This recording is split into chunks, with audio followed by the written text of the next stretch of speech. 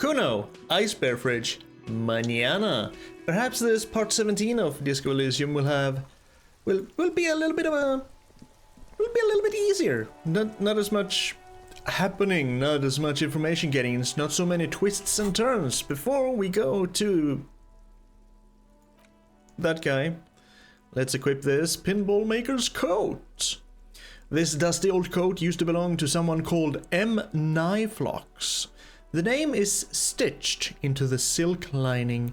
It smells of moths and ancient engine grease, but fits me perfectly for some reason. A strange lonely emotion fills me when I tighten the belt around my waist. But do I look good? Ooh. That actually does look kinda good, and Kim is clipping through me, but that is fine. Reminds me a little bit of Columbo, only your coat is actually closed. Only using this for Kuno. I kinda like I like shivers and esprit de corps. Empathy and hand-eye coordination could be kinda good though.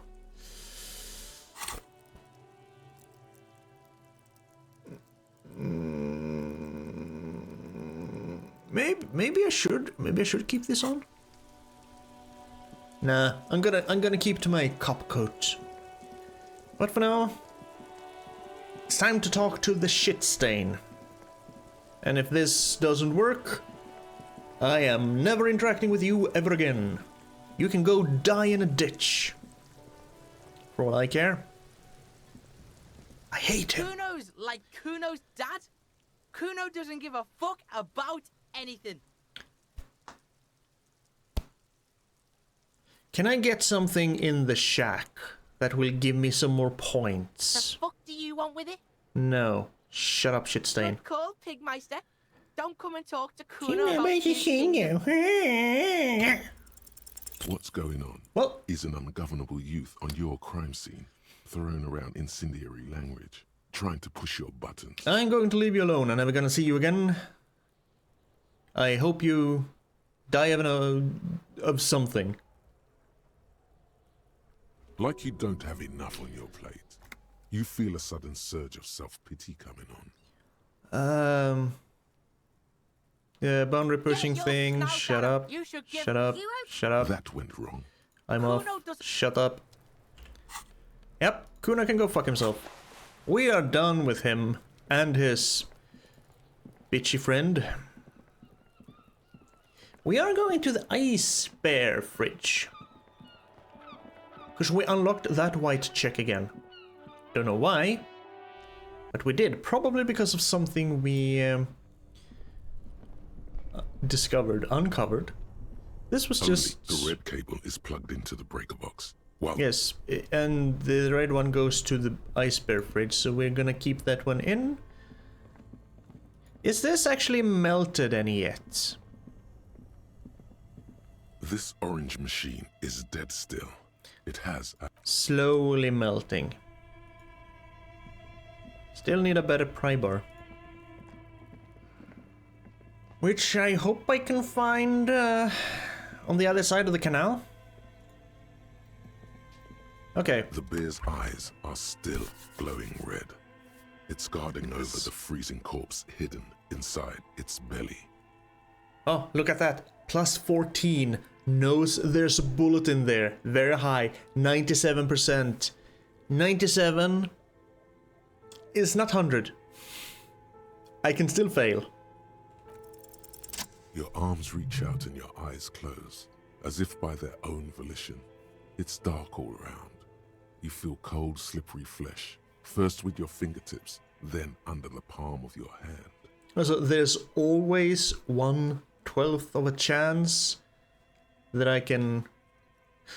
Is it 1/12? I think it is. That I can fail if I get snake eyes. But on the other hand, there's a big chance that I can always succeed if I roll double sixes. Right, what did you say? Your arm reaches out and my eyes close as if by their own volition. It's dark all around. You feel cold, slippery flesh. First with my fingertips, then under the palm of my hand. Here we go.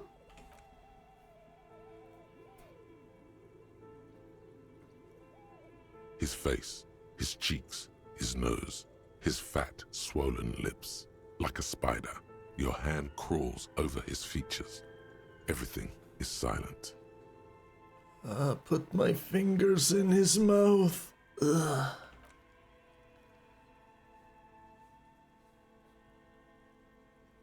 The oral cavity is cold and moist. A ball-like tongue attaches itself to the base of the mouth, lolling around like a scallop. Play with it, this feels right. Open my eyes and look. A vision of black and dark red death, pried open by your naked hands and studded with teeth. Looks like he's laughing.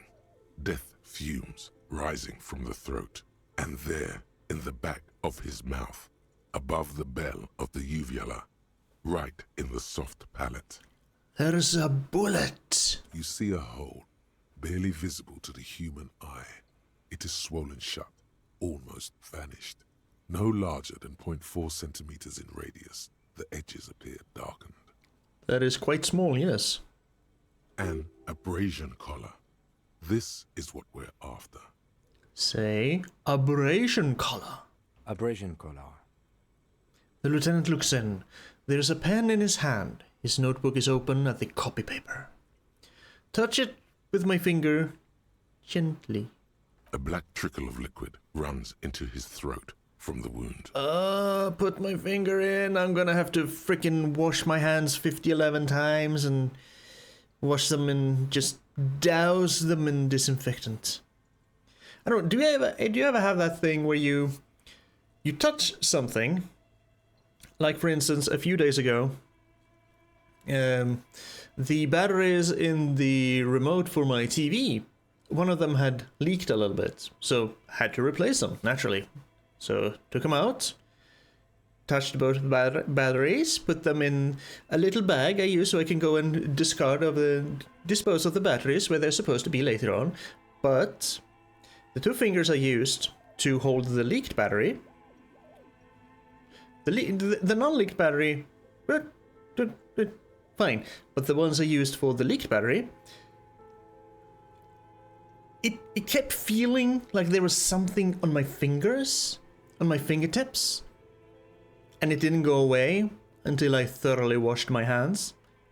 I have that with a lot of things. One reason why I don't like people touching me, because if someone touches me and I'm not prepared for it, it feels like there's something on my skin just sitting there holding me, so I have to go and wash it off. Is it just me? Does that happen to more people? It feels like that's not supposed to happen all the time. Anyway, put my finger in. Your index fits right in there. A tight tunnel of flesh opens up. Tissue damage. Wide enough for 2 fingers. As you push both in, you reach through his mouth, right into his brainstem. I can think of more fun places to put my fingers. Brainstem? Yes, that's what this part is called.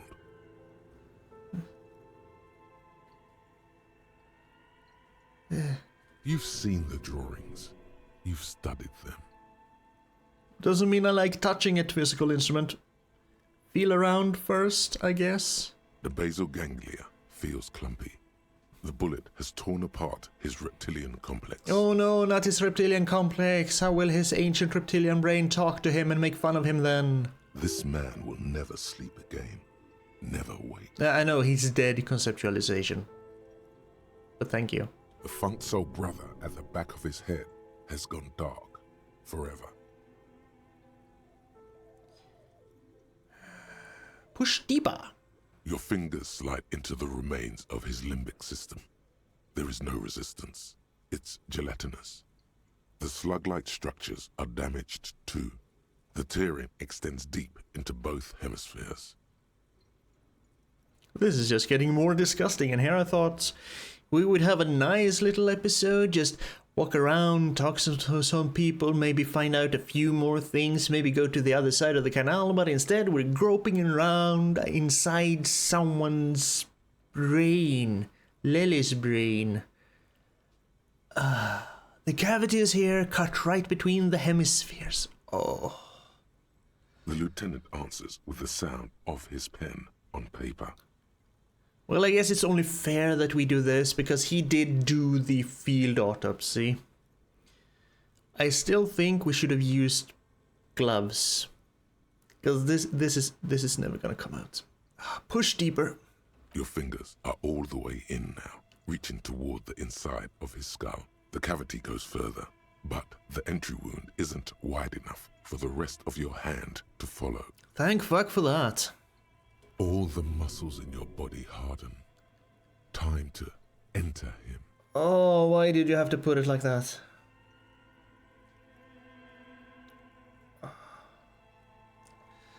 This is disgusting. Let's wriggle in. I want to punch through, really, to get it over with as soon as possible. But there might be a bullet or something in there, and going in too forcefully might, you know, make us miss it or make it disappear somewhere else, so I have to no, just wriggle in. Just wriggle into his brain with my hand.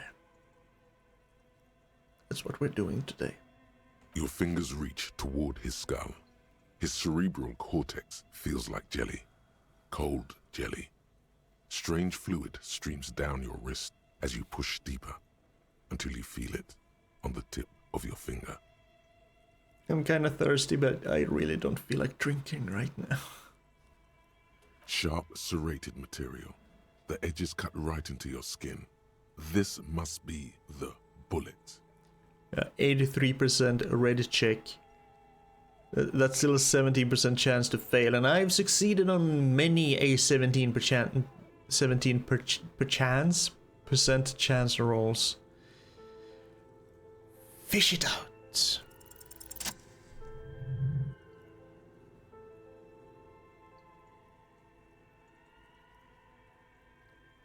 You pick the sharp metal bullet between your index and middle finger. With your face twisting from pain and concentration, and disgust. All you need to do is just... I got it. Good. The fridge in the background buzzes with excitement. Slowly pull my fingers out. Why did you have to... Let's get in some crossed wires, yeah? The inside of the head feels cold and smooth, like a glove. Sweat dripping down your brow. Careful not to lose the prize between your fingers. Yeah, there's probably plenty slippery down there. Oh, ew, no. With a plop, your hand emerges from the mouth, covered in blood up to the wrist. Between your fingers, a small flower, a blossom made of lead. Okay.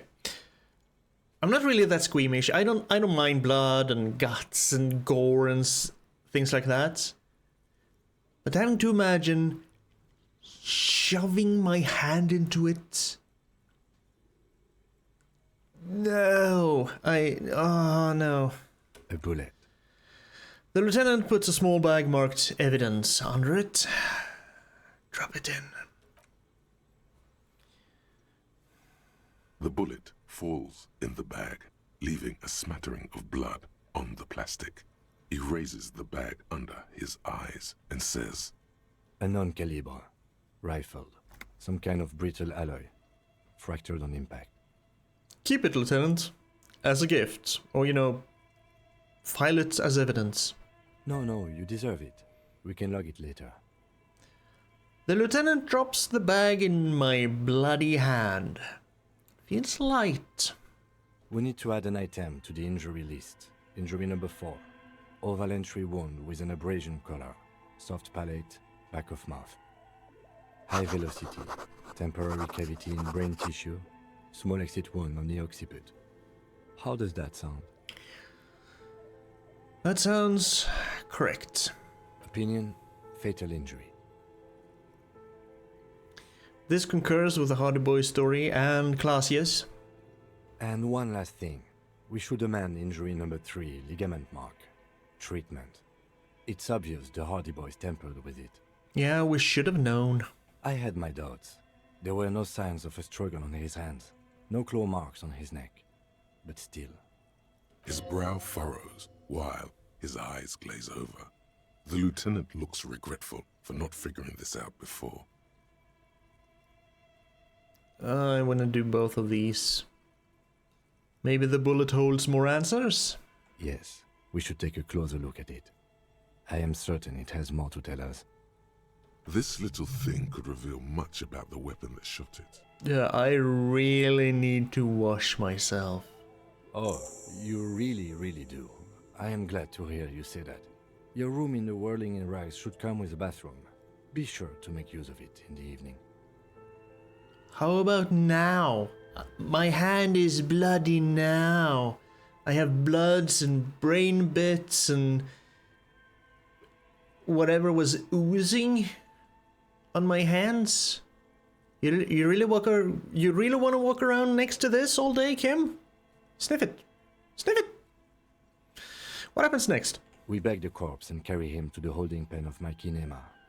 I can transport him to processing myself, but I will be gone for the rest of the day. I mean, you'll be gone? What should I do in the meanwhile? Work on the case. Tend to personal matters. Try not to do anything too dangerous. An officer needs backup in a neighborhood like this. Alright. I'll leave that choice to you. And one more thing. Great work, detective. Thank you, detective. The word lingers in the air of the basement.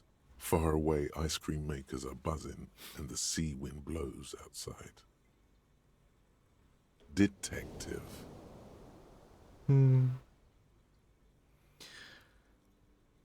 I'll work alone for the rest of the day.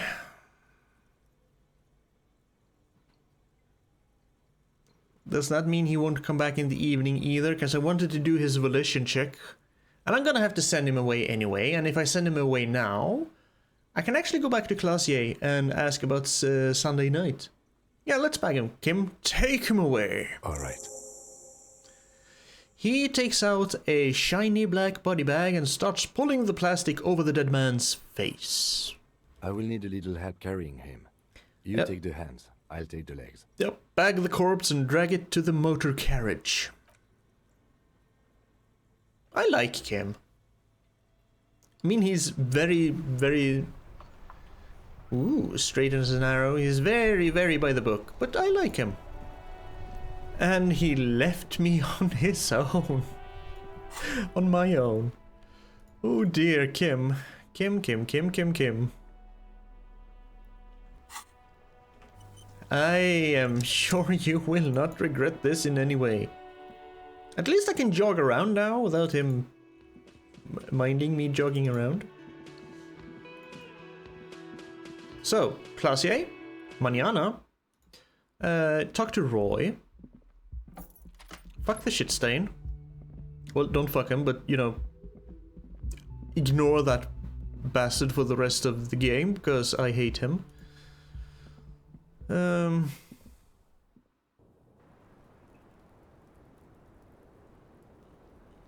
I guess I can mosey on over to the other side of the canal. Officer, it's a fine day for questions. Drama and volition. Now that Kim isn't here, let's talk about Sunday night. Ah, yes. The night before I saw you in the hallway and reminded you're a police officer. Yes. It's one of the first things I remember doing in Elysium. Wow. Elysium. You don't hear that term often. I heard it first from Joyce. Did you hear something? Sunday night? You mean from my room? There was the usual ruckus. Loud disco music. Alright. Did I have any visitors? I can't say. Probably not. Sounded like you were flying solo. You mentioned loud disco music. Oh, yes. Various artists. Ostentatious orchestrations prime among them. She arches her eyebrow, waiting for it to connect with you. Oh, that? Yeah. Whoa. The less said about OO, the better. Okay. Encyclopedia? Okay, sure. Uh-oh were huge where I come from. I was very young then, of course, like 7. Life gets hard, but we go on. It mostly just gets hard, doesn't it? It would appear so. At around 2 o'clock, the disco stopped and there was a change of pace. So what happened? A slow, sad song started playing, like organ music on repeat. That went on for quite a while. Some of that time you were yelling along to it. What was I singing? Or was I singing this? I'm gonna show her the empty case of the smallest church in San Sen. Yes, there was a church in there. A really small church. Like the smallest, saddest church in the whole world. It was about that. And also What else? that it doesn't matter anymore and that we're alone now. It was difficult to tell. The song itself was very quiet and soft, but you sounded like a wounded boar, sir. It was hard to understand what you were singing on top of it. Well, at least me and Harry have that in common. We sound like garbage when we try to sing. When you say wounded, do you mean that in a cool way? Like a wild beast? No, probably more like a dying, screaming animal. Yes, it was very cool. Yeah, I don't believe you. It's impossible to say whether she's being sarcastic or really means it. I'm gonna say sarcastic. Then you started screaming and trashed the place. Are you sure I wasn't being assaulted? No, it didn't sound like there was a fight. It sounded like someone was trashing their room. She takes a sip of her coffee and smiles. A window was smashed. The tape player, probably. The song stopped. And furniture, too. A real destructathon. There was screaming. Then I think you passed out. So that's how Disco Infernum was created. Was there anything else? There was. I think you screamed that you didn't want to be this type of animal anymore. I may have misheard, but it was sort of memorable. I went out afterwards. Everything was quiet by then. Around 4 or 5. And that was it. Well, thank you. No problem, sir. She feeds herself another cigarette. That's a volition and drama. Let's return to this later. Do I feel a need to increase any of them now? Drama is kinda dramatic. I mean, I could increase volition. More.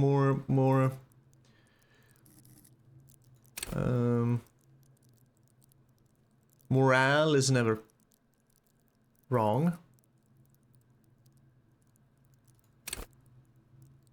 Volition urges me to be a good guy and to others and to yourself. It enables you to resist temptation, be it in a bottle, between a pair of legs, or at the end of the iron barrel, which promises oblivion. Yes. Let's do some more oblivion. I need to resist temptation. Officer, it's a fine day for questions. Come on, 17%. Soft, light brown eyes look back at you, directly into the space behind your eye sockets. You see the smoke rise from between her painted red lips. She's beautiful. Ah, I rolled a double 6. Critical success. That's why. She is kind of pretty, yes. I have bad news for you. Oh no. What? You know these guys? Which guys? Who? Me? Puzzle face? Yes, you. He's talking about you, you boring stiff. Hello, many faces. You too. Me? What did I do? They are actually arguing. These guys are compromised. She's got them singing along to her tune. The little bleeps and bloops you trust for info, you can't trust them anymore. What? Believe it.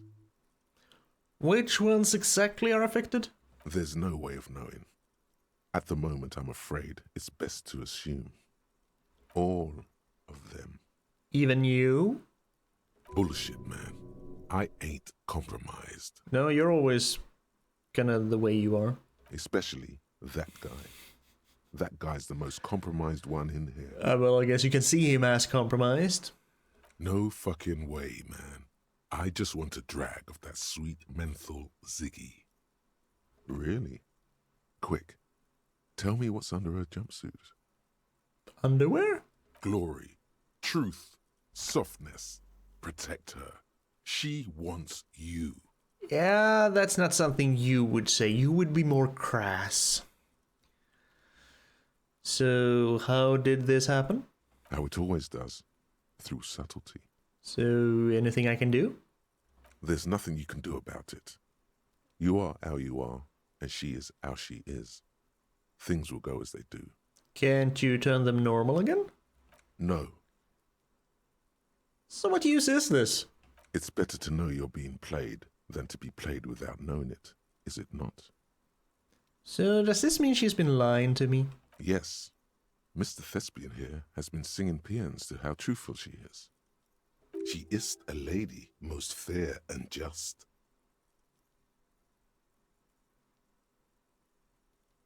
In his defense, to reduce him to such inadequacy, she probably had to employ half-truths more often than outright lies.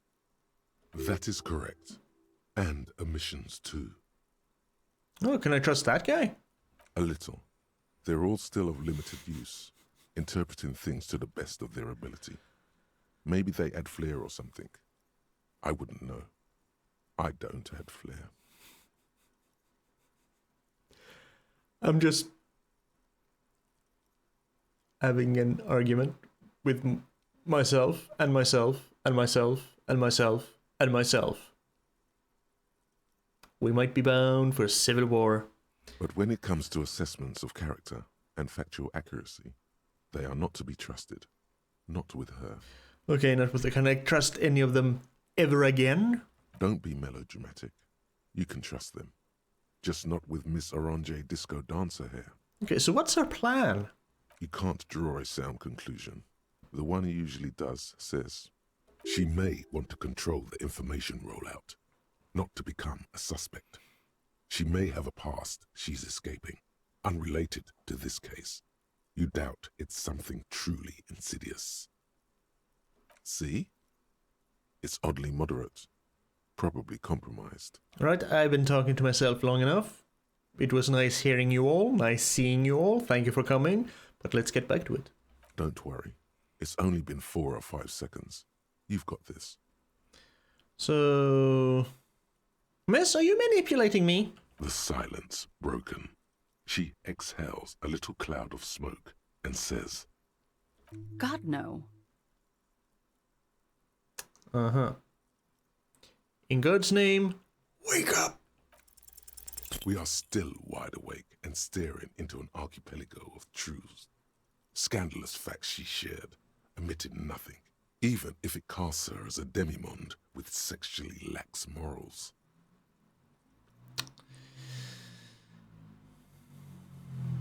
Yeah, just a proposition. Could the lurid explicitness consider something less sensational but more legal? Who is this personhood picking these silly Yes, that's still me. It looks like this one's not waking up. You'll have to do it without pushing her further. At least for now. Okay. I could put another point in drama.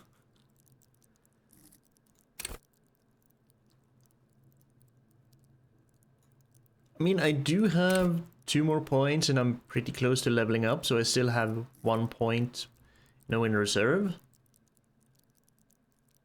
But I don't think I want to go too high in drama.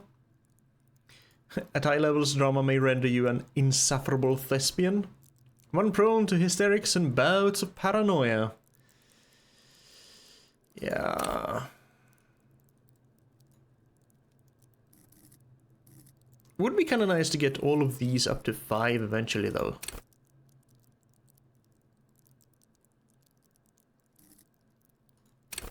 Cool for ideologues, conversationalists, would-be politicians. Rhetoric urges you to debate, make intellectual discourse, nitpick, and win. It enables you to break down arguments and hear what people are really saying. You'll spot fallacies as soon as they are used. What exactly did the waiter leave out of their testimony? What was the dancer trying to divert you from? Was that double entendre intended, or did you just get an accidental lead? At high levels, rhetoric will make you an impressive political beast, one whose beliefs are impenetrable. Which is to say, one whose mind will not change, one who will calcify. Could be both good and bad. With low rhetoric, though, you'll have a hard time of shooting down any argument. Nailing people to their testimonies will be nigh impossible. Nay impossible? Isn't that supposed to be just N-I-G-H? Nigh impossible? Isn't nay more like meh? That was a horse trying to whinny, by the way.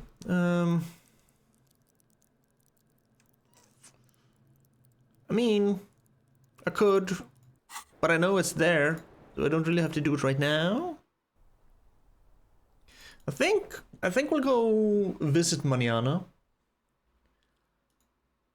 Manana, Roy.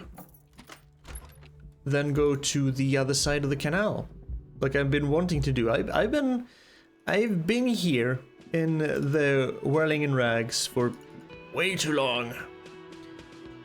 It is time to go places. You think you have a pretty hot suspect right now, don't you? That ruby of yours? Yeah, and? Notice how it came together without casting too much suspicion on Clasia. It was nice and ruby-centric in the end. Yeah, what do you mean? Anything struck you a bit off about this mishmash?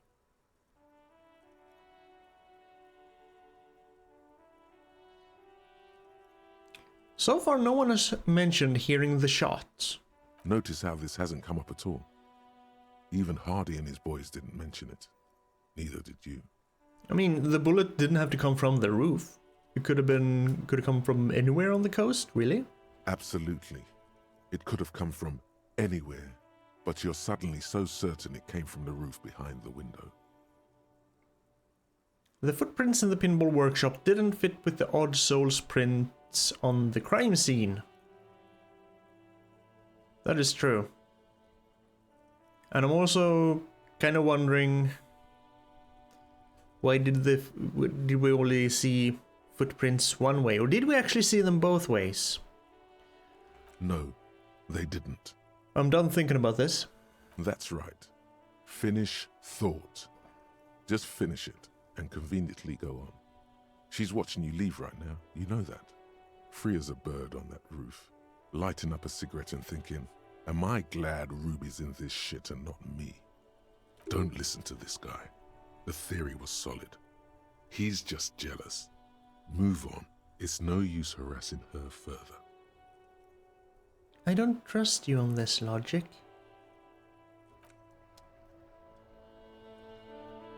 We are going to check the other places. Actually. Because if we find something akin to a sniper nest or gun residue or bullet casings or anything at any of those possible places, that kind of shows that Ruby probably didn't have anything to do with it. But then we're down a suspect again. That is probably back to the mercenary troops. Troops? Whatever. Hello, Manana. Hello, wandering man. How can I help you? He looks at me with soft and hazy eyes. Shitstain told me you were supposed to know about the armor.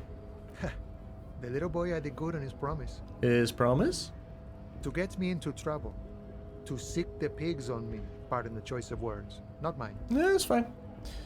What happened? I was asked to look into that armor situation. Official Union probe, you know. Track it down, see who took it. Have I... Shit. Did I radio back for the armor number before Kim. Wait, I don't think I did. She was supposed to have more information today. Because I think we called it in Monday. We got some information Tuesday. That is yesterday. Ah, crap, I should have remembered that. Okay, never mind. I guess we'll have to do that tomorrow. As you look into that armor situation, official union probably track it down, see who took it. Did you? At first I thought, why not? Maybe the pieces can feed the strike. Buy us a few more days under the sun, you know? Yeah, sure. So I went to this boy. He said he'll make me his prison bitch. He's got eyes everywhere, the cops in his pocket, and he's the king of Jamrock. Yeah, I wouldn't put too much stock in what Shitstain says. Serves me right for doing menial footwork. I dropped that probe right then and there, and it still got me into trouble. One bad move is all it takes. So Kuno used us to, what, scare you? It's a minor nuisance. It's all good. He contemplates taking a swig from his flask. He thinks, not yet. Better to get this business out of the way. Sweeter then. So the probe into the armor, what did you learn? I learned that people don't want to talk to a drunk union man about some armor. Okay, anything else? Not much. Technical stuff mostly. That was the interesting part. What kind of technical stuff? I did some research into this armadura. Let's say I have friends at the library. Sure. I didn't get into the material science, just how it comes off. How then? In parts. 4 in total. The helmet was the first to go. The kid says he tore it off and kicked it into the sea. I believe him. The boots were still on the guy last I saw. Too hard to remove. So it's head, torso, I'm guessing legs then? Oh. So, as I count, there are 2 parts missing. The gauntlets and the cuirass. This is where I left off. Too much hassle. More like a job for some militia. So you have helmet, cuirass, gauntlets, boots, nothing on the legs per se. Okay, 4 armor pieces up for grabs then, but I've already sent the boots away. I guess you won't be collecting them all then. That's less work for you at least. Yeah, hold up, 4 pieces, helmet, cuirass, gauntlets, boots, but what about the leggings? Oh, they're just gone. They don't exist anymore, if they ever did at all. Forget about them. I did. I'm gonna find 1 piece of it, 1 is enough. Smart choice. It's only that one spot you need armor too. The one the bullet hits. It's true, but you never know which part that's gonna be. Good luck if you go for those boots though.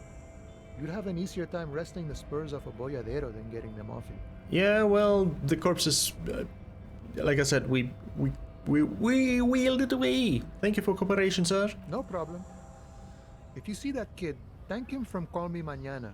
Thank him for showing me the way. I am never talking to Shitstain ever again. He is sincerely grateful he is not tracking down pieces of armor right now. Why are you striking? We're negotiating our share. Your share? I just realized we never asked him about the striking. Aye. He seems pleased with himself. Wait, so not wages or pensions or... This stuff, they already covered. At least you got the benefits, that's something. It's not enough. Not enough to get ahead. More about keeping us in our place. Okay, so how large a share would you like? All of it. However, right now we want all the harbor workers to be on the company's board, so they could take part in the decision-making process. Yeah, that's never gonna happen. This seditious talk sounds like communism. Just so we're on the same page, communism is basically wanting to kill the rich people or deporting them to a labor camp in southeast Grad. But don't say that out loud if you're a communist. Yeah, that sounds about right. At least the wannabe communists. I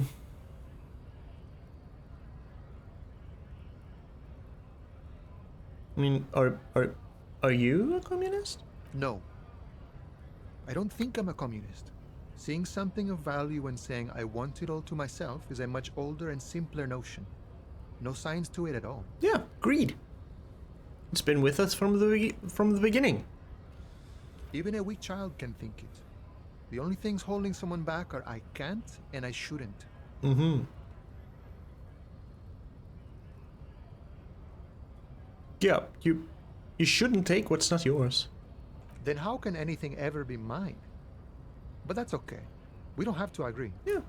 The prairie is wide enough for all of us. Don't have to agree, but we can still treat each other with respect and courtesy.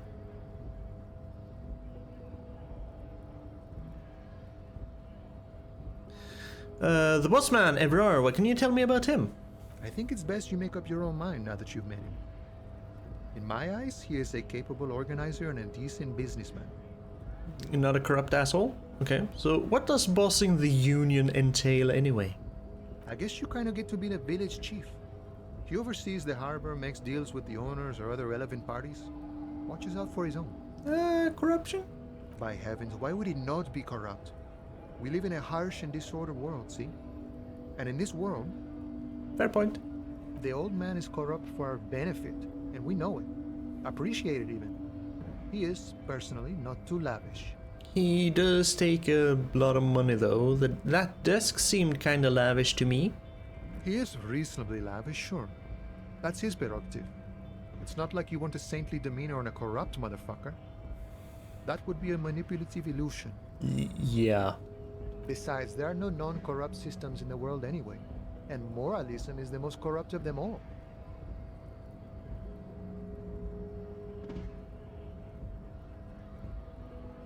You know, I think I kind of agree with that.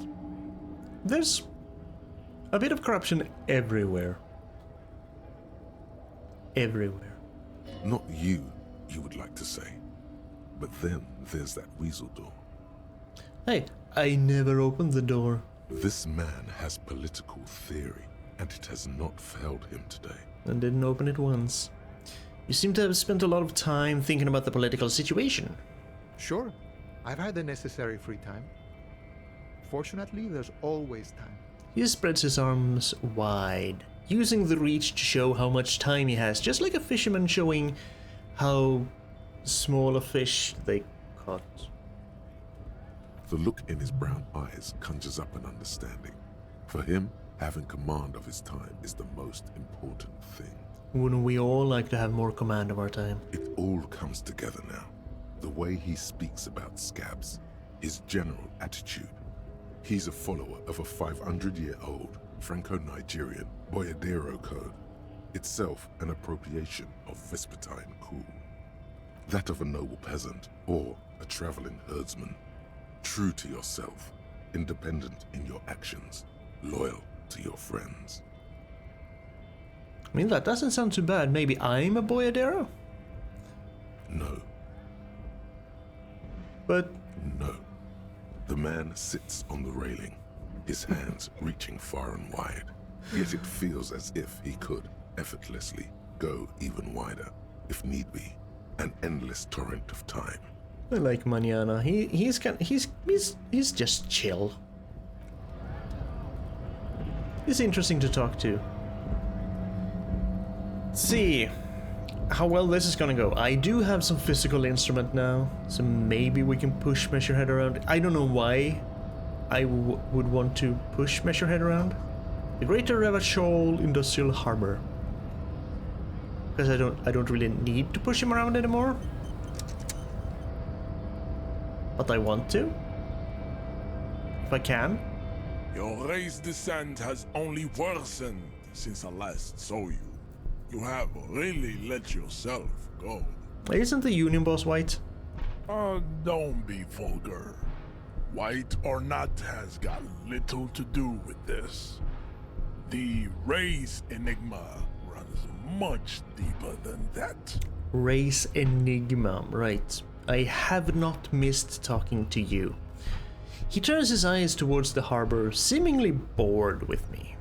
There must be some friction there. He's keeping it well hidden, however. Yeah, but you still serve him. How does that factor into your life? Mr. Claire is a man of vision and means. He has the will to confront International Capital, which is something your race naivistic communists never did.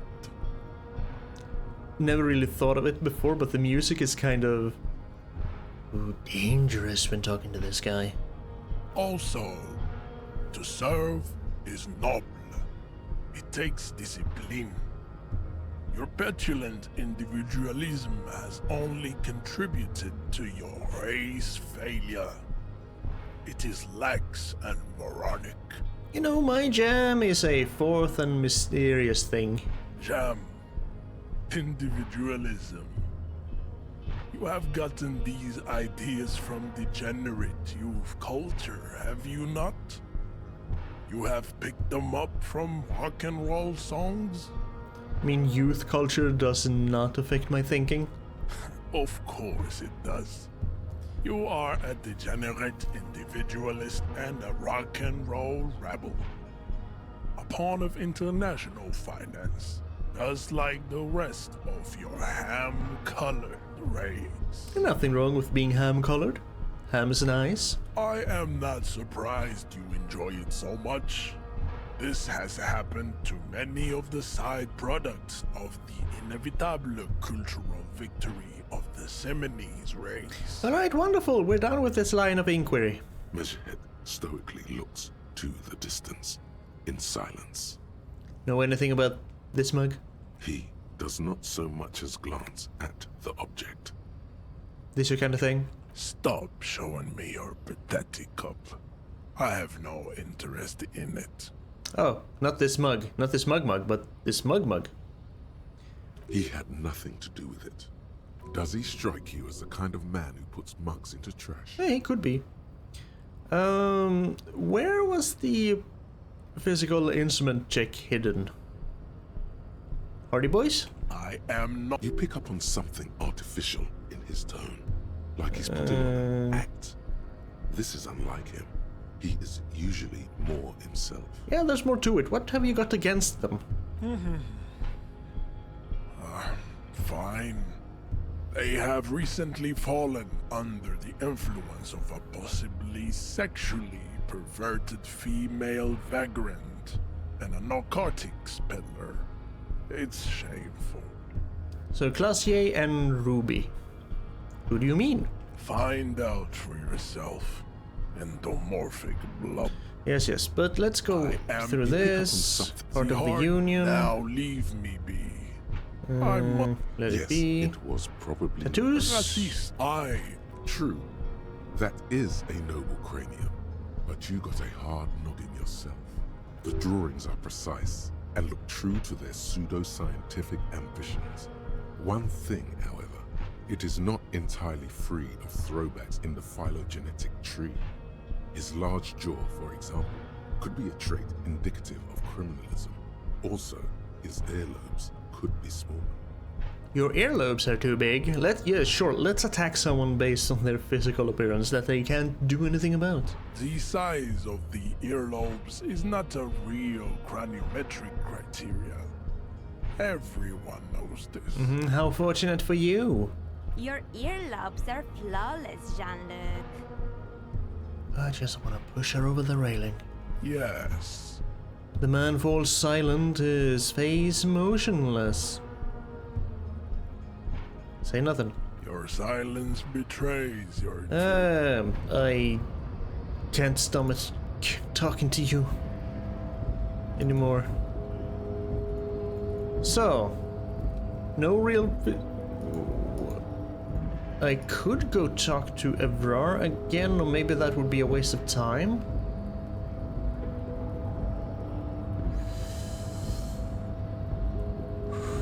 No, I think I would prefer to do that with Kim around.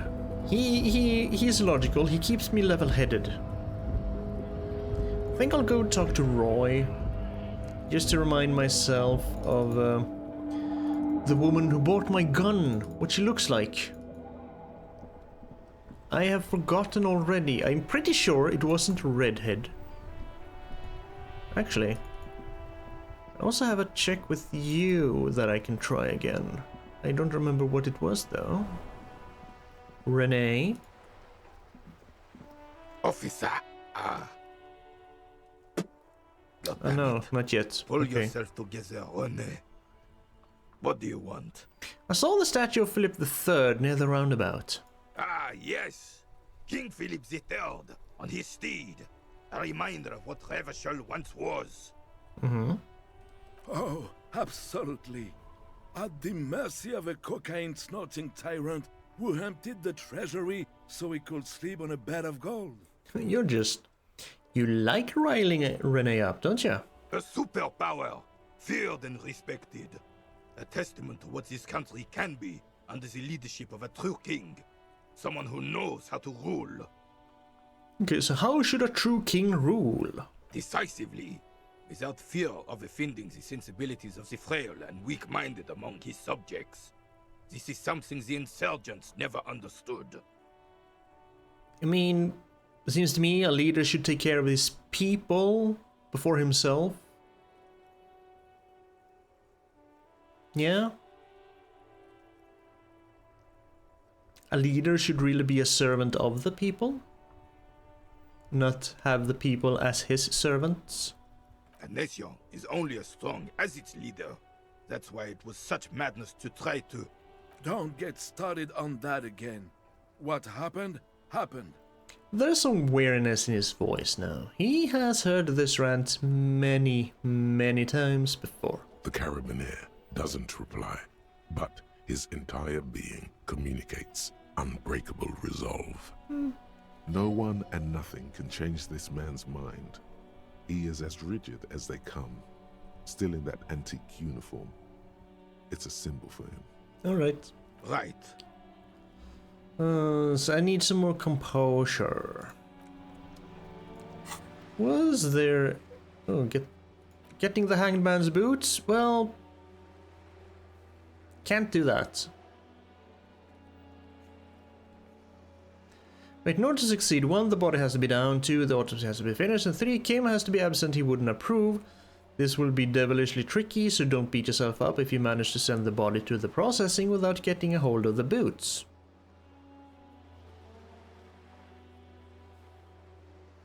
I don't want the boots. Find 1 armor piece, finally locate 1 armor piece, and this one's done. Wash off the... Ah, yes, I should do that. I should actually do that. I forgot I smell like death. Yeah, run the number. Carlisle is back in a day. Let's go wash off before we talk to Roy.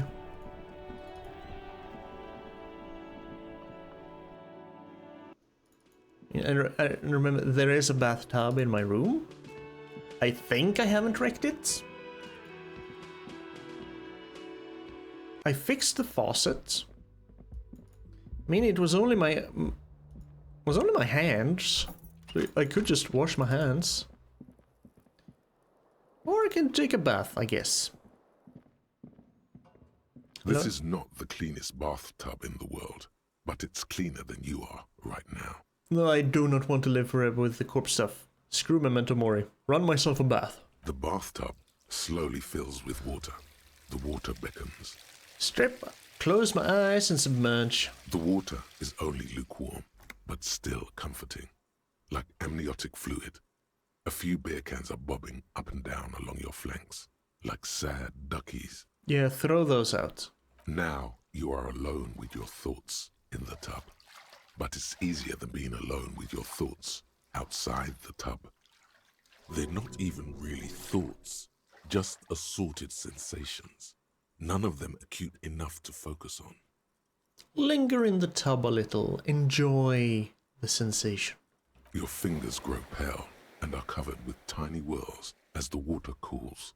Alright. What are you doing? You're not some fat fish in a fucking aquarium. Time to get moving. Imagine something just to piss off physical instrument. You see the corpse. You can still smell the cadaver on you. It's going to take more than 1 bath to get rid of that stench. But 1 bath is a good start. Then, houses along a narrow street. A video rental. Darkness on the planet's curvature. Get out. The waterline recedes as you stand. You are cold now. Your clothes stick to your still moist skin. Didn't feel like using the towel to dry off. Okay. At least I washed off. Okay, let's see. What can I do? I can try the mirror. It seems. Can go to Joyce. See, Measurehead has a physical instrument. Check. Embedded somewhere deep within all that racial gobbledygook. Warded door. Didn't we get past that? And ice cream maker, because I need a super pry bar. So, while we're here... A mirror hangs on the bathroom wall. It's barely covered in steam anymore. It's your face. Ah, because we heard of the band OO. The expression. I mean, 58% chance? It belongs in the new, the third decade of the current century. Enough time had passed from the failure of the revolution that, for a fleeting moment, free market economy seemed like the ultimate, uncontested way of life for our species. Okay. Things were good. It was smooth sailing. People made gold and champagne-tinted interiors and facades to suit the times, calling this the new style. But more importantly, disco happened. Disco happened. Forget about ostentatious orchestrations. For Revachol, your city, that meant only one thing. Guillaume le Million. Guillaume who now? Million what now? If it doesn't rhyme, you're not pronouncing it right. Guillaume le Million? Out of the dazzling swirl of disco music, in an open-air boîte de nuit, somewhere in Revachol West, Guillaume's blonde mane appeared on the screen. He sang some bullshit. Then he made the expression. So I adopted it? Why? Everyone loved it. Maybe you thought some of the stardust would rub off on you. Maybe it did. Either way, it's all gone now. Only the grimace remains. How long ago was the new? There is a vast ocean of time between right now and the expression. Looking good on you, or anyone. 2 decades, if the calendar is to be trusted. Humanity has run aground in that time. It's a different world now. The expression is a relic. Okay, I kind of feel the need to add a clicking sound when I make it. The click is used to spur on a horse. It also features heavily in Guillaume le Million's regional mega hit, Don't Worry, Your Pretty Little Head. Sometimes you like to add finger pistols to the mix, because, unlike Guillaume le Million, you are a police officer. It's your nifty little way to say, I'm armed and dangerous. Okay, anything else? Like, who am I? Why did I become a cop? And why did I drink myself into oblivion? You have some understanding of the near history of disco, plus the trivia you've picked up along the way. Episodic memory, however, remains in the dark. It may never return. You should prepare yourself for that. It would suck, but sure. But does this have anything to do with ostentatious orchestrations? Not really. OO must have just stirred your mind. They're more like a disco rock band anyway. Well, I guess that's it then. It doesn't have to be. You can swoon over Guillaume and his champagne-corked smile whenever you want to. Maybe some of the stardust will return. Attempt to stop the expression, 28% chance. +2, know the origin, +2, no more steam. I can always roll a 666. Still not happening. It won't come off that easy. Well, poo. Damn. Well, we have some thoughts here. Can try and find out our birth. We still have the 15th Indo tribe. Guillaume le Million. -1 logic, head in the clouds for 4.5 hours. I don't like that. Whatever happened to Guillaume Le Mignon, who, with his amber mane and sparkling teeth, beguiled the tattered remains of the nation? While you suffered and suffered, did he dematerialize in a cloud of cocaine dust? Or did he simply stand in the corner and melt into the slendering new lines of some starlit Boîte de Nuit 20 years ago? Spare a thought for his great ass too, or wait, maybe he became a police officer in Revachol West? Well, if it was 2 decades ago, I have only been a police officer for 18 years. Are we Guillaume Le Mignon? We might never know, because I guess I could spend a point to unlock a thought. Hobo cop.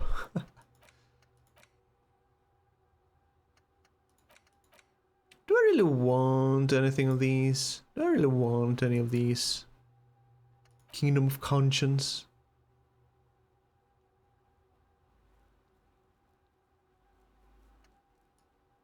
Maybe Kingdom of Conscience. We're soon going to level up anyway.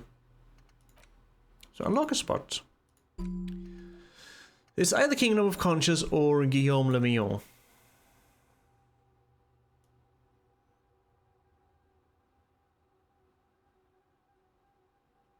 Maybe this will actually also help me to stop making the expression. Yeah, let's think about this. Let's be less logical for 4.5 hours. Perfect. Now, we're gonna go talk to Roy. Finally.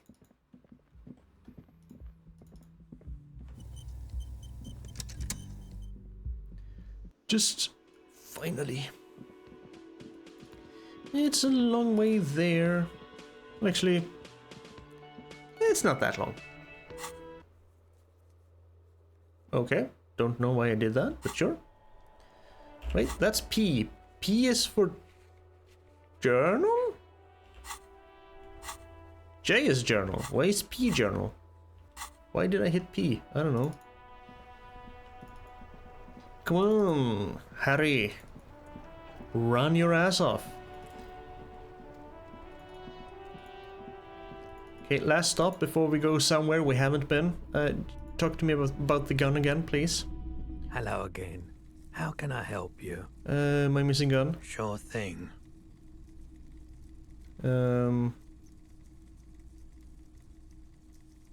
Was to buy a policeman? She didn't seem like a policeman. Or truth be told, she was terrifying.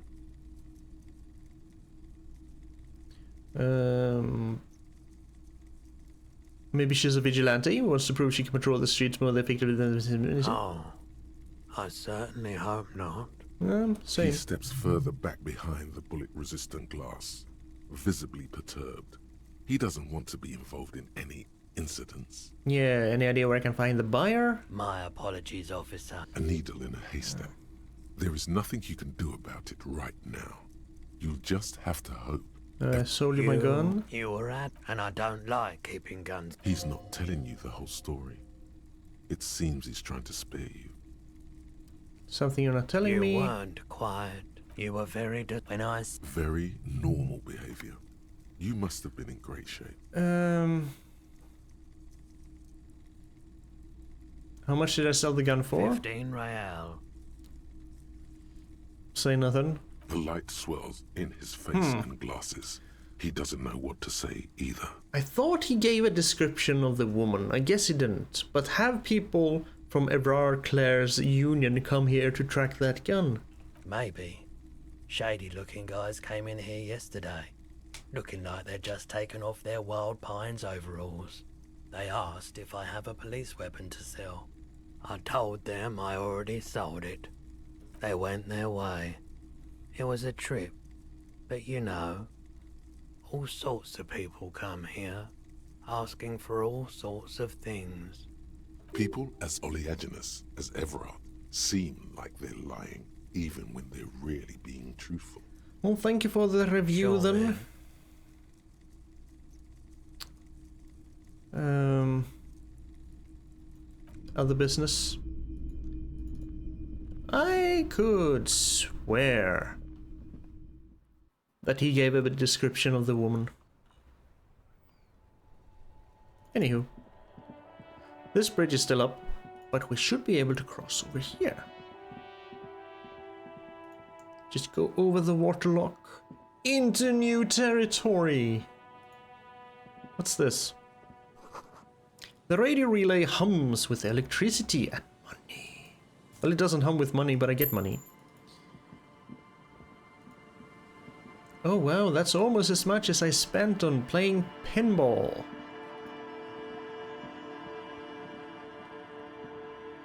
Now we're getting somewhere. A breaker box to power the radio pylon above you. Maybe there's something inside. There was money inside. Why would there be money inside? Ahead, decades-old concrete defenses. Children play on them now. And a crashed car? Oh-ho. Mayhap. Oh, can we? Aw. I wanted to sit on the swings. A creaking ahead, a broken axle grinding.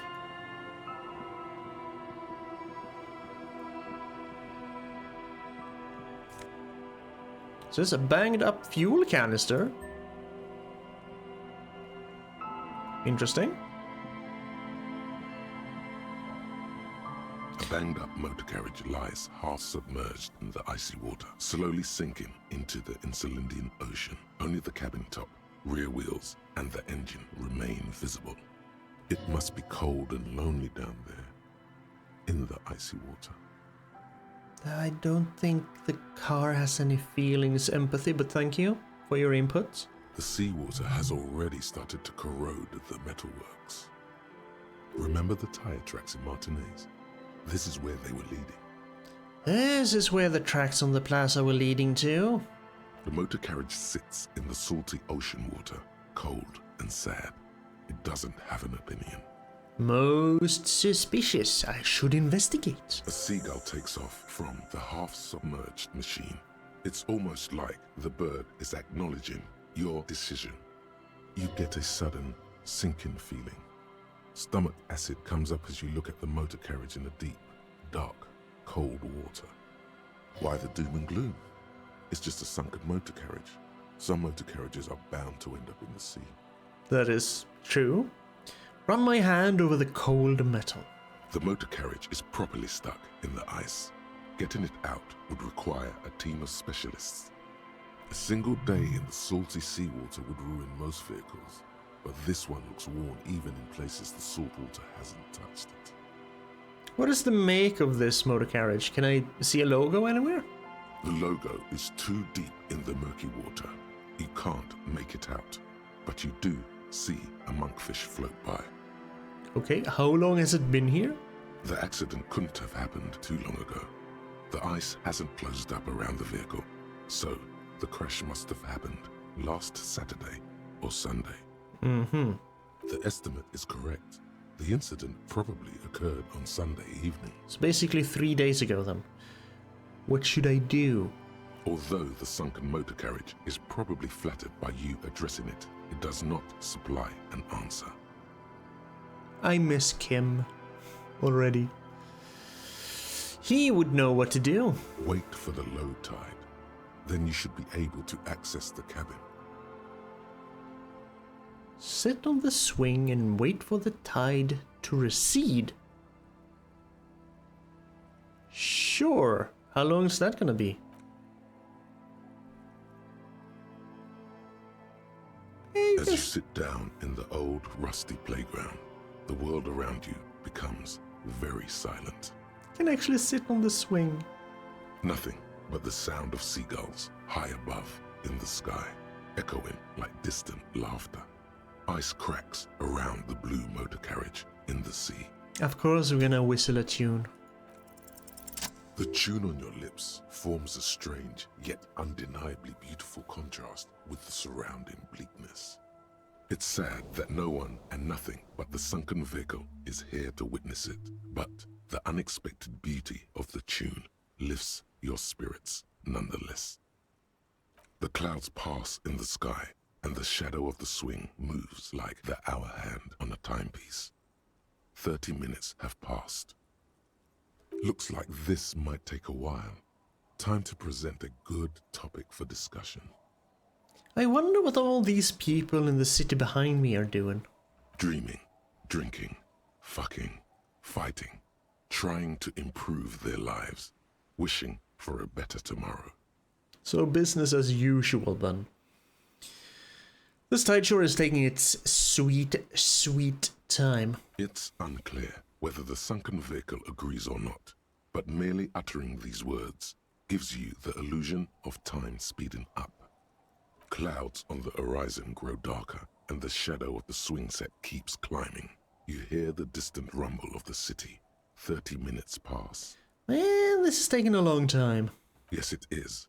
It feels as the city behind you grows silent in the waiting. Seems like an eternity has passed. A dim light scatters from the cloud cover above the city. In it, you can see the blue and white motor carriage slowly appear from the water, centimeter by centimeter, as the sea recedes. It's a Caprice 40, a workhorse of the motor park, favored by the working men, government offices, firefighters, I guess, maybe animal control people. You know, those kind of people. Is that a number on the side? Yes, Harry. It's the number 41, the number of our precinct. I hoped you would come back for me. Oh, no, not happening, not on my watch. Come on, Harry. There's nowhere to run. It's just you and me, old friend. I mean, even if the motor carriage is mine, literally anyone could have driven it into the sea. Come on, Harry. There's nowhere to run. It's just you and me, old friend. Oh, please, 41 could mean so many things. It's not like I own the number. Come on, Harry. There's nowhere to run. It's just you and me, old friend. Oh God, no. I'm so sorry, Harry. A massive pit opens up in your stomach, and the most terrible feeling comes over you. I know I said I missed Kim, but at least Kim isn't here. No. Just nope. Say no to this, Harry.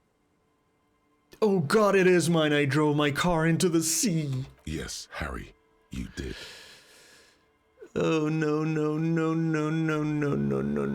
Yes, Harry, you did. Oh no, that's not true. It can't be. No matter how many times you say it, it won't change the truth. I drove it into the sea. Yes, Harry, you did. Are we gonna just go around in circles here? The sooner you accept it, the sooner you can move on. Find the traffic hooligan. Was me. The badge, the gun, and now this? Keep moving. You're a shark. You stop, you die. Maybe I was in pursuit of someone? You were not. I can fix it. No, you can't. How do we get you out? We don't. They're not gonna take me back after this, are they? After losing every single thing you were entrusted with, I wouldn't hold my breath. Well, at least I can see what's in there now. Well, an aggressive-looking seagull lands on the swing set and stares at you with a murderous look. You really need to keep moving. I don't see no seagull. Well,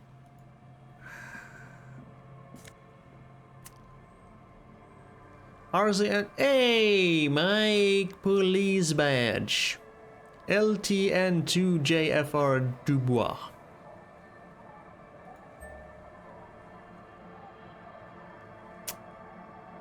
RCM Commander's Jacket. I mean, I can have shivers, or I can have some more visual calculus.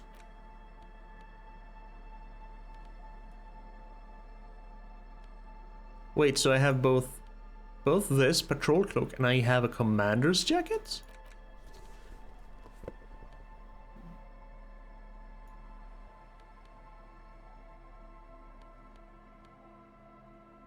How much do I have in shiver? Shiver's 3. 3 is good enough.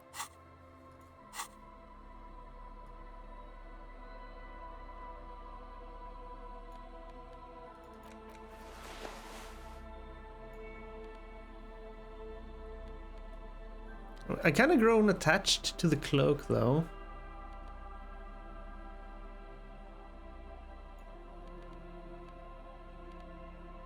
Now let's go with the commander's jacket for a while. And yes, I finally found my badge. Thick blue piece of acrylic covering a thin leaf of paper with the officer's name and rank on it.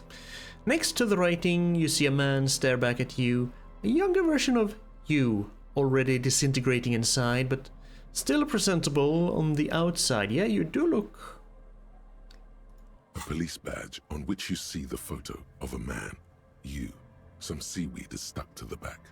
Found my badge! The man in the photo looks at you, solemnly. Study the badge. Encased between 2 durable plastic sheets is a bluish card with lines of information, and a watermark in the shape of the street grid of Revachol West. So I'm gonna have good news and bad news for Lieutenant Kim. You see a photo, a name, a rank, a document number, the date of issue, and, in the lower right corner, your precinct. Look at the photo. The man keeps winking at you with his green-grey eyes. The photo is old. No doubt about that. But the badge is new.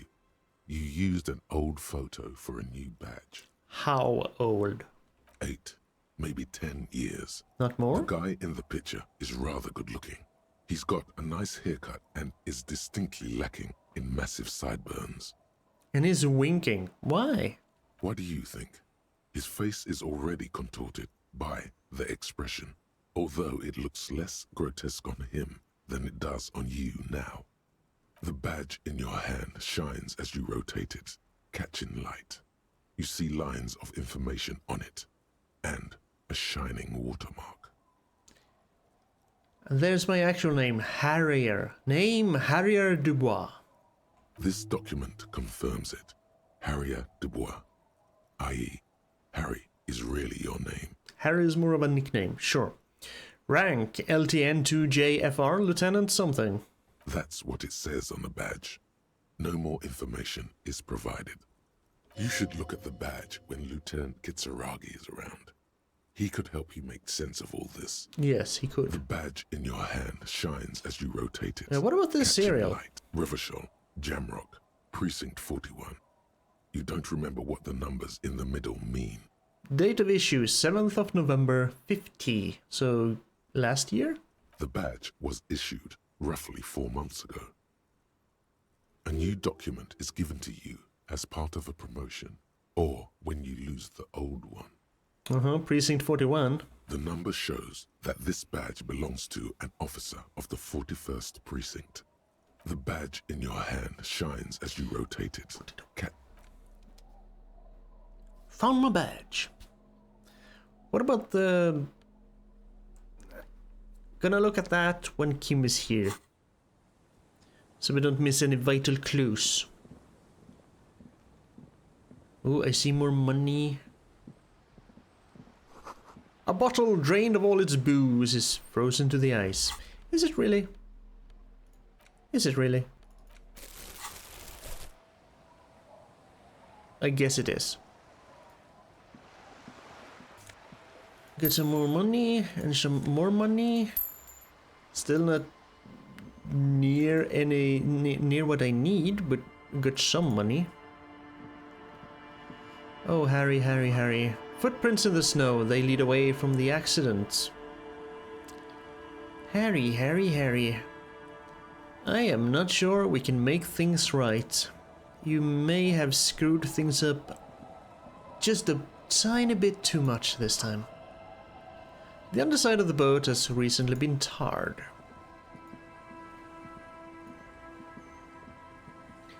Allez-vous-en? Everyone... something. Or go? Or... There's a boat tucked away underneath the tarpaulin cover. I mean, I did take French in school, but that was like decades ago. I don't remember anything. Well, I remember words, you know? But nothing else.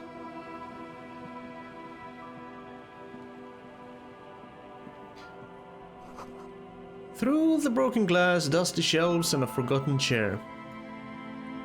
Except for this weird thing, quite weird thing, because I do remember that our teacher taught us a song. I think the name is Tous les garçons et les filles, by someone, I think it's from the 60s or something, whatever. Now, I had, not the correct lyrics, because I don't remember all the words, of course. But most of the lyrics, I've had that song basically stuck in my head ever since. Every now and then I've been humming it and kind of like, you know, singing the lyrics a little bit to myself. Never to anyone, never in company with other people. And I think it was 2 or 3 months ago. In my recommended on YouTube, that song showed up. That was kind of scary, kind of freaky. I have no explanation. I have never searched on it. I never search on French videos.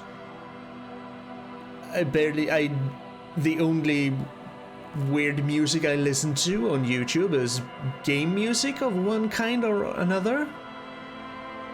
There's no reason that particular song would have shown up in my recommended, because I have never searched for it. Maybe I searched for it one time, basically in the late 90s? That's 30 years ago?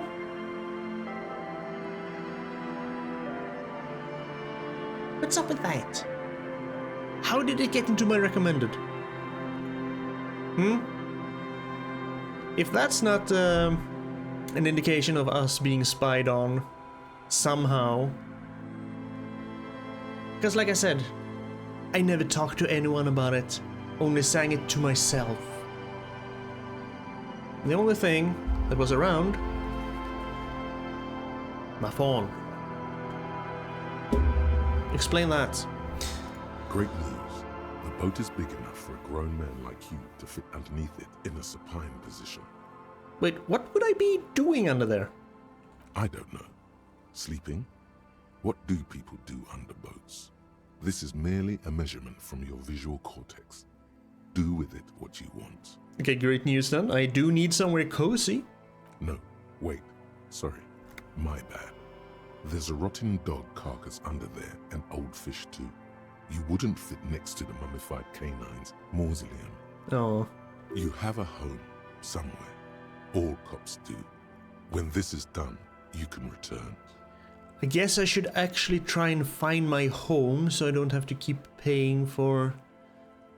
But then again, so does Kim. So, maybe it's not all bad. Anyway. Going to leave this here, on this side of the... canal? On this side of the canal. Kim, being away, have left me to my own devices, which I'm sure he will not come to regret.